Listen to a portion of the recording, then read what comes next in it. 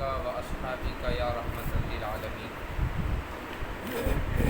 عن أنس قال قال رسول الله صلى الله عليه وسلم بين أنا أسير في الجنة إذا أنا بنهر آفته اتباع الضر المجرف قلت ما هذا يا جبريل قال هذا الكوثر الذي آتاك ربك فإذا تينه مسك أزفر.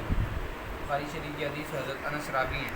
نبی پاک علیہ الصلوۃ والسلام نے فرمایا کہ معراج کی رات جب میں جنت کی سیر کر رہا تھا تو میرا گزر ایک نہر پر ہوا جس کے دونوں کنارے موتی کی گنبد کے تھے.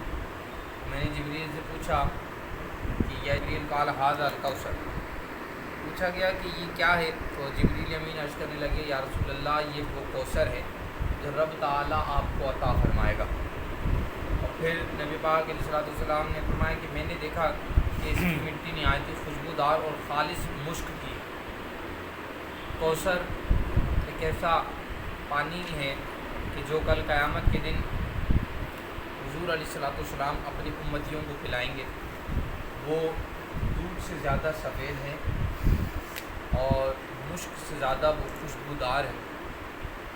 اسی طرح مزید اس کی وضاحت علماء نے کی کہ وہ برف سے زیادہ ٹھنڈا ہے، اور جب بندہ اسے پیے گا قیامت کے دن جتنی اسے پیاس لگی ہوگی فرما اس کا ایک گھونٹی بندے کو کافی ہوگا، قیامت کی ساری پیاس وہ ختم کر دے گی.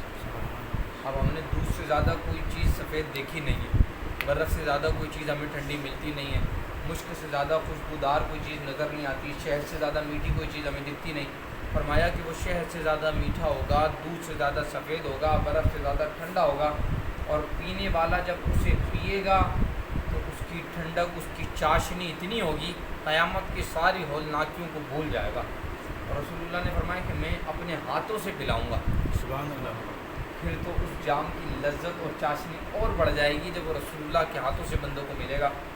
تو فرمایا کہ وہ تقریباً اس کی مسافت رسول اللہ صلی اللہ تعالیٰ علیہ وسلم نے فرمائی کہ میرے حوض کوثر کی مسافت 1 ماہ کا راستہ ہے. وہ اتنا بڑا ہے، کوئی چھوٹی موٹی نہر نہیں ہے. فرمایا اس حوض کوثر کی مسافت پورے 1 مہینے کا فاصلہ ہے، اور فرمایا اس کے چاروں کونے برابر ہیں. ادھر سے بھی 1 مہینہ تو ادھر سے بھی 1 مہینہ، ادھر سے بھی 1 مہینہ، ادھر سے بھی 1 مہینہ. فرمایا میرے حوض کے چاروں کونے برابر ہیں اور ہر کونے سے دوسرے کونے کی مسافت 1 مہینہ ہے. فرمایا اس کا پانی دودھ سے زیادہ سفید، یہ حدیث کے الفاظ ہیں کہ اس کا پانی دودھ سے زیادہ سفید ہے، مشک سے زیادہ خوشبودار ہے، اور اس کے کوزے چمکیلے اور آسمان کے ستاروں کی طرح وہ چمکدار ہیں. جو اس کے اندر پانی پلایا جائے گا، جو اس کی مشکیزیں ہوں گے فرمایا وہ بھی آسمان کے تاروں کی طرح چمکتے ہوئے ہوں گے. حضرت انس راوی ہیں، عرض کرنے لگے یا رسول اللہ قیامت کے دن اگر آپ کی سفارش کے طالب ہوں تو آپ کو کہاں تلاش کریں؟ تو رسول اللہ صلی اللہ تعالیٰ علیہ وسلم نے فرمایا کہ مجھے یا تو پل صراط پہ ڈھونڈنا، اگر پل صراط پہ نہ ملوں تو پھر مجھے میزان عمل پہ ڈھونڈنا، اگر وہاں بھی نہ ملوں تو فرمایا پھر مجھے میرے حوض کوثر پہ ڈھونڈنا. میں قیامت کے دن ان 3 جگہوں میں سے کسی نہ کسی ایک جگہ پہ ضرور ملوں گا. اگر پل صراط پر ملا تو پھر میرے امتی جو لڑکھڑا رہے ہوں گے میں انہیں پل صراط پار کروا رہا ہوں گا. رسول اللہ کی محبت ہے اپنی امتی سے. فرمایا اگر پل صراط پر نہ ملا تو فرمایا پھر میں میزان عمل پر ملوں گا کہ اپنے گنہگار امتیوں کے اعمال کے اندر میں زیادتی کر رہا ہوں، اور کسی نے بھی تو اختیار نہیں ملے گا. فرمایا اگر میں میزان عمل پہ نہ ملا تو فرمایا پھر میں حوض کوثر پہ ملوں گا، وہاں اپنے غلاموں کو حوض کوثر کے جام پلا رہا ہوں. سبحان اللہ. یہ ہماری خوش بختی ہے. اور پھر فرمایا کہ قیامت کے دن وہ بڑا ہی خطرناک اور ہولناک دن ہوگا. اور اس کے حوالے سے حدیث شفاعت کے حوالے سے بھی ایک بات سماعت کر لیں کہ رسول اللہ صلی اللہ تعالیٰ علیہ وسلم کل قیامت کے دن اپنے امتیوں کی شفاعت کروائیں گے. ایک شفاعت ہوتی ہے، ایک وکالت ہوتی ہے، دونوں میں فرق ہوتا ہے. کچھ لوگ کہتے ہیں کہ رسول اللہ قیامت کے دن اپنے امتیوں کی وکالت کریں گے تو یہ درست نہیں. رسول اللہ شفاعت کریں گے. وکالت کیا ہوتی ہے؟ دیکھیں اگر آپ نے کبھی کسی وکیل کو کیس لڑتے ہوئے دیکھا ہو نا، تو وکیل یہ کہتا ہے کہ جناب اس نے جرم نہیں کیا، اس نے خطا نہیں کی، اس نے غلطی نہیں کی. وکیل جب اپنے موکل کو بچا رہا ہوتا ہے، اپنے کلائنٹ کو بچا رہا ہوتا ہے، تو وکیل وکالت کے اندر یہ کہتا ہے یہ جو میرا موکل ہے، یہ جو میرا کلائنٹ ہے، اس نے جرم نہیں کیا تو جج صاحب اسے چھوڑ دیا جائے. تو وہ بڑے آرگومنٹس دیتا ہے، وہ بڑی دلیلیں دیتا ہے. تو کل قیامت کے دن رسول اللہ آئیں گے، تو وہ سوچ جو لوگ کہتے ہیں کہ رسول اللہ وکالت کریں گے معاذ اللہ، تو پھر تو یہ ہوگا کہ رسول اللہ کہیں گے کہ میرے امتیوں نے گناہ نہیں کیا، یہ تو پھر جھوٹ ہوا، ہم نے تو گناہ کیا ہے نا۔ رسول اللہ صلی اللہ تعالیٰ علیہ وسلم نے فرمایا کہ میری شفاعت میرے گناہگار امتیوں کے لیے ہوگی، میری شفاعت ان لوگوں کے لیے ہوگی جو جہنم میں پہنچ چکے ہوں گے، انہیں جہنم سے نکالا جائے گا میری شفاعت کے سبب۔ تو رسول اللہ قیامت کے دن وکالت نہیں کریں گے، رسول اللہ شفاعت کریں گے، رسول اللہ آئیں گے اور فرمائیں گے کہ اس نے گناہ کیا تو ضرور ہے، اس کا گناہ نہ دیکھا جائے میرا آنا دیکھا جائے، سبحان اللہ، اس کا گناہ نہ دیکھا جائے مولا، میرا آنا دیکھا جائے، میں اپنے امتی کو بچانے آیا ہوں۔ رسول اللہ وکالت نہیں کریں گے، رسول اللہ شفاعت کریں گے۔ اور پھر وہ حدیث جو بخاری شریف میں بھی موجود ہے، اللہ اکبر، کہ جب امتی بالبلائے پھر رہے ہوں گے، فرمائیں کہ قیامت کے دن بندہ بغیر خطرہ شدہ اٹھے گا، بغیر خطرہ شدہ اٹھے گا اور بغیر کپڑوں کے اٹھے گا۔ اما عائشہ صدیقہ سلام اللہ علیہ کے سامنے جب رسول اللہ یہ بات فرمانے لگے کہ قیامت کے دن لوگ بغیر کپڑوں کے اٹھیں گے، بغیر خطرہ شدہ اٹھیں گے، بغیر بھلے دنیا میں خطرہ ہوئی بھی تھی، فرمایا وہ قیامت کے دن بغیر خطرہ شدہ اٹھیں گے، بغیر کپڑوں کے اٹھیں گے۔ اما عائشہ صدیقہ عرض کرنے لگے رسول اللہ لوگوں کو شرم نہیں آئی گی، بغیر کپڑوں کے ایک دوسرے کے سامنے گھوم رہے ہوں گے؟ رسول اللہ صلی اللہ تعالیٰ علیہ وسلم نے فرمایا عائشہ شرم تو جب آئے گی جب بندوں کو ہوش ہوگا، بندوں کو تو ہوش ہوگا ہی نہیں، لوگ حواس باختہ ہوں گے، لوگوں کو ہوش اڑے ہوئے ہوں گے، لوگ پریشان ہوں گے کہ ہو کیا رہا ہے۔ تو فرمایا لوگ قبروں سے اٹھیں گے، کبھی کسی نبی کے در پر جایا جائے گا، کبھی کسی، سب ایک ہی بات کر رہے ہوں گے، اذهب الى غیری، اذهب الى غیری، اذهب الى غیری، اذهب الى غیری، کسی اور کی طرف جاؤ، کسی اور کی طرف جاؤ۔ سیدی اعلیٰ حضرت نے کہا نا کہ آج لے ان کی پناہ، آج مدد مانگ ان سے۔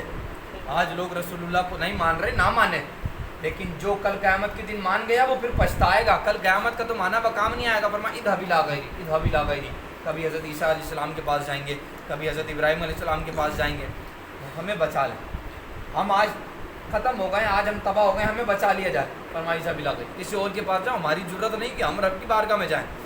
حضرت ابراہیم علیہ نبینا علیہ السلام، آپ کے دین اسلام کو دین ابراہیمی کہا جاتا ہے، آپ کے دین کا دوسرا نام دین ابراہیمی ہے۔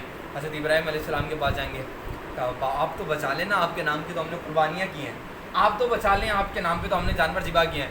فرمایا اللہ اکبر، حضرت ابراہیم علیہ السلام فرمائیں گے آج تم ادھر بلبلائے پھرتے ہو، در بدر جا رہے ہو، آج اس نبی کے در پہ جاؤ جو آج بھی تمہیں نہیں چھوڑے گا۔ بے شک بے شک، آج اس نبی کے در پہ جاؤ جو آج بھی لوگ دنیا کی محبتوں میں لگیں۔ میں بڑا سادہ سا جملہ عرض کرتا ہوں کہ دنیا کی محبت میں لوگ لگیں، کبھی کسی کا ہاتھ تھامتے، کبھی کسی کا ہاتھ تھامتے، محبت میں دھوکہ ملتا ہے نا تو لوگ تحریری احتجاج کرتے ہیں، رکشوں کے پیچھے، گاڑیوں کے پیچھے لکھوا دیتے ہیں کہ صنم بے وفا، صنم بے وفا، مطلب یہ کہ جناب مجھے محبت میں فلاں سے دھوکہ مل گیا، مجھے محبت میں فلاں سے دھوکہ مل گیا۔ میں بڑے سادہ سے لہجے میں ایک بات عرض کرتا ہوں کہ ہم اس نبی کا دامن تھام لیں، اس نبی سے محبت کر لیں کہ جس نبی کا دامن پکڑ لیا جائے تو اس نبی کی محبت کعبے کی چھت پہ چڑھا دیتی ہے۔ بے شک، سبحان اللہ، اس نبی کا دامن پکڑے نا، ہم تو دنیا والوں سے محبت کرتے ہیں، وہ دھوکہ دے دیتے ہیں، پھر لکھتے ہیں صنم بے وفا۔ ہم تو رسول اللہ سے محبت کریں، وہ اس دن بھی کام آئیں گے جس دن کوئی کام نہیں آئے گا، بے شک، اور قبر میں بھی رسول اللہ ہی کام آئیں گے۔ لوگ کہتے ہیں کہ جناب رسول اللہ کچھ کر نہیں سکتے، رسول اللہ سے مانگا نہ جائے۔ قبر کے اندر بڑی ذمہ داری کے ساتھ ایک بات عرض کر رہا ہوں، جو توحید کی آڑ میں توہین کرتے ہیں، بزرگ میرے موجود ہیں، بس یہ بات آ گئی تو میں پیش کر رہا ہوں، ورنہ میں نے بڑے اختصاراً آپ کو بات سمجھانی تھی۔ قبر میں بھی بندہ جس ذات کے نام پر چھٹے گا وہ ذات کا نام بھی ذات مصطفیٰ ہے۔ سبحان اللہ، بے شک، اگر کوئی مرد قلندر دنیا میں پیدا ہوا ہے جو کہتا ہے کہ میں قبر کے اندر فقط ایک سوال پر چھٹ جاؤں گا تو پھر وہ اللہ کے نام پر چھٹ کر دکھائے۔ اگر یہ بہت بڑی بات عرض کر رہا ہوں میں، اگر اللہ کے نام پر چھٹنا ہوتا تو پھر دوسرا سوال نہیں ہوتا، اگر دین کے نام پر چھٹنا ہوتا تو پھر تیسرا سوال نہیں ہوتا۔ بندہ چھٹے گا تو ذات مصطفیٰ کے نام پر چھٹے گا، اسے قبر میں چھوڑا ہی رسول اللہ کے نام پر جائے گا، اور قیامت کے دن بھی جب رسول اللہ کی بارگاہ میں پہنچیں گے حضور فرمائیں گے انا لہا، انا لہا، تمہیں پریشان ہونے کی ضرورت نہیں، میرے پاس آؤ۔ رسول اللہ اپنے امتیوں کا قافلہ لے کر رب ذوالجلال کی بارگاہ میں جائیں گے، سورج سوا نیزے پر ہوگا، تانبے کی زمین، تانبا دیکھا ہے کبھی آپ نے؟ یہ جو آپ کی وائروں کے اندر سے نکلتا ہے نا وہ پیلے پیلے کلر کا تار، اس تانبے کی زمین ہوگی، سورج صرف 1 میل کے فاصلے پر آگ برسا رہا ہوگا اور اپنے چہرے کے ساتھ ہوگا۔ یہ جو آج لوگ گرمی میں بلبلائے پھرتے ہیں نا، یہ آپ کو سورج کی پشت نظر آ رہی ہے، اور کل قیامت کے دن سورج اپنے چہرے کے ساتھ ہوگا۔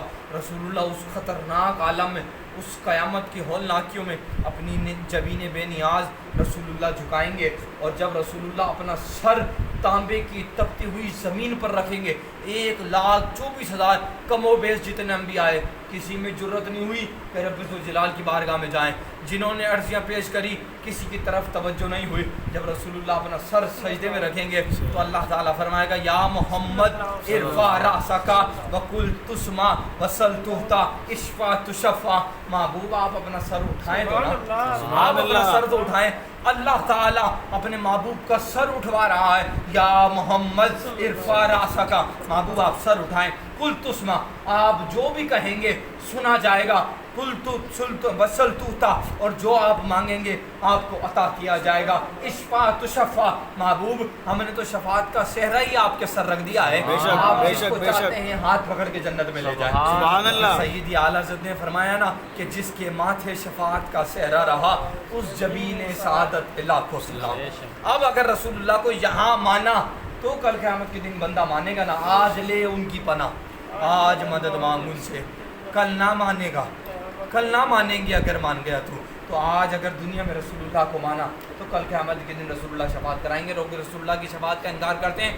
ایک وہ بندے نے کہا کہ رسول اللہ شفاعت، حضرت صحابی رسول کے زمانے کے اندر کی بات ہے، ایک بندے نے کہا کہ رسول اللہ شفاعت نہیں کروائیں گے۔ کیوں؟ کہا قرآن کی نص ہے کہ رسول اللہ شفاعت نہیں کروائیں گے، ہر بندے کے لیے وہی ہوگا جو اس نے کمایا۔ کہا اچھا، وہ حضرت جابر رضی اللہ تعالیٰ عنہ خانہ کعبہ میں بیٹھے ہوئے درس دے رہے تھے، تو وہ وہاں پہنچا تو حضرت جابر نے کہا لوگوں رسول اللہ شفاعت کروائیں گے، جیسے آج شفاعت کا موضوع چل رہا ہے نا کہ رسول اللہ شفاعت کرائیں گے، تو حضرت جابر بھی لوگوں کو درس دے رہے تھے کہ رسول اللہ شفاعت کرائیں گے۔ وہ بندہ بیٹھا ہوا تھا، کہا نہیں جناب، یہ آپ غلط بات کہتے ہیں، رسول اللہ شفاعت نہیں کرائیں گے، قرآن تو کہہ رہا ہے ہر بندے کو صرف وہی کام آئے گا جب وہ کمائے گا۔ کہا تو یہ کہتا ہے رسول اللہ شفاعت نہیں کروائیں گے؟ کہا نہیں، میں یہی تو کہہ رہا ہوں کہ نہیں کروائیں گے۔ اب ہم قرآن پڑھا ہے؟ کہا ہاں پڑھا ہے۔ کہا پورا پڑھا ہے؟ نہیں، وہ پورا نہیں پڑھا، بس مخصوص آیتیں ہیں۔ اور آپ دیکھیں وہ بندے کی کتنی بڑی بدبختی ہے کہ وہ قرآن کے اندر وہ آیتیں ڈھونڈ رہے ہیں، وہ تلاش کر رہا ہے جہاں پہ رسول اللہ کا نقص معاذ اللہ وہ تلاش کرے کہ جناب اس آیت میں رسول اللہ کی شفاعت کا انکار کیا گیا، اس آیت میں رسول اللہ کے علم غیب کا انکار کیا گیا۔ یہ تو مقدر کی بات ہے محترم، جس کے حصے میں جو ڈیوٹی آ جائے، یہ مقدر کی بات ہے جس کے حصے میں جو ڈیوٹی آئے۔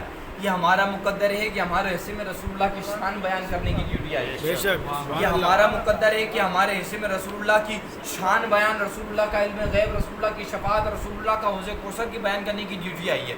آپ کو ایسے بھی لوگ دکھیں گے جن کے مقدر میں ڈیوٹی یہ ہے جو رسول اللہ کے علم غیب نہ ہونے کی دلیلیں دے رہے ہیں۔ ہمارے مقدر میں ڈیوٹی آئی ہے کہ ہم رسول اللہ کے زندہ ہونے کی دلیلیں دیتے ہیں، لوگوں کے مقدر میں ڈیوٹی آئی ہے کہ لوگ رسول اللہ کے زندہ نہ ہونے پر دلیلیں دیتے ہیں۔ یہ مقدر کی بات ہے، جس کے مقدر میں جو ڈیوٹی آ جائے۔ حضرت جابر نے کہا کہ کبھی قرآن پڑھا ہے؟ کہا پورا نہیں پڑھا، بس مخصوص آیتیں پڑھی ہیں۔ فرمایا میں نے رسول اللہ کے سامنے پڑھی تھی آیت عسیٰ ان یبعثک ربک مقاما محمودا، تو میں نے جب رسول اللہ کے سامنے یہ آیت پڑھی میں نے عرض کیا رسول اللہ یہ مقام محمود کیا ہے؟